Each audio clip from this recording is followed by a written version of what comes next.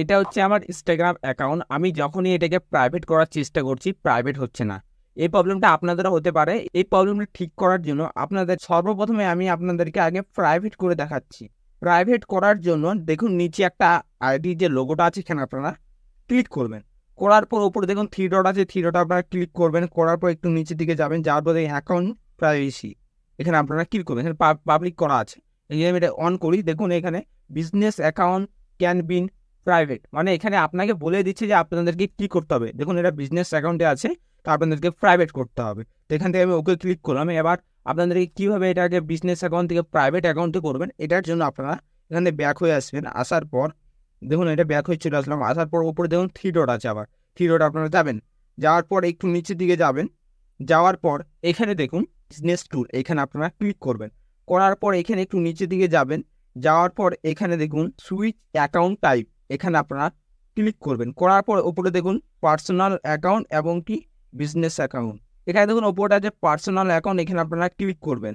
করার পর এখান থেকে আপনারা এটা ক্লিক করে দিবেন। এটা ক্লিক করে দেওয়ার পর একটু ওয়েট করতে হবে, উপরে দেখুন ঘুরছে। এটা যখনই হয়ে যাবে তখন দেখবেন যে আপনার এটা পার্সোনাল অ্যাকাউন্ট হয়ে যাবে। পার্সোনাল অ্যাকাউন্ট হয়ে যাওয়ার পর এখান থেকে আমি একবার ব্যাক হয়ে এসেছি। আসার পর এটাকে আমি রিফ্রেশ করছি।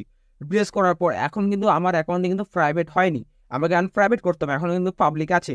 এবার আমি আবার থ্রি ডটে গেলাম। যাওয়ার পর একটু নিচের দিকে যাবো। যাওয়ার পর দেখুন অ্যাকাউন্ট প্রাইভেট, এখানে দেখুন পাবলিক করা আছে। এখানে আমি যদি ক্লিক করি, ক্লিক করার পর এখন দেখুন অ্যাকাউন্টটি আমার পাবলিক হয়ে গেছে। দেখুন এখান থেকে এবার আমার কমপ্লিট হলো।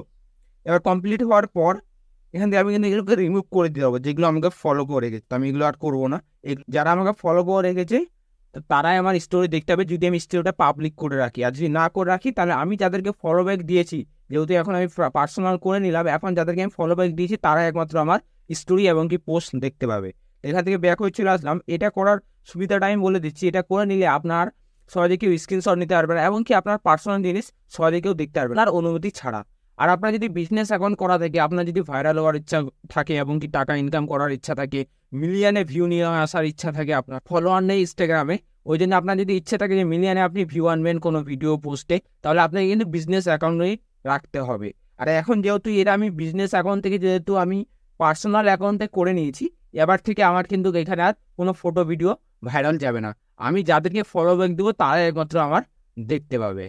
আশা করছি ভিডিওটা আপনারা বুঝতে পেরেছেন। এরকমই ভিডিওর জন্য আমার পাশে থাকুন। আর যদি আপনাদের কোনো প্রকার যদি ভিডিও লাগে নিচে কমেন্ট করুন, আর সেই কমেন্টেও আমি ভিডিও দিব।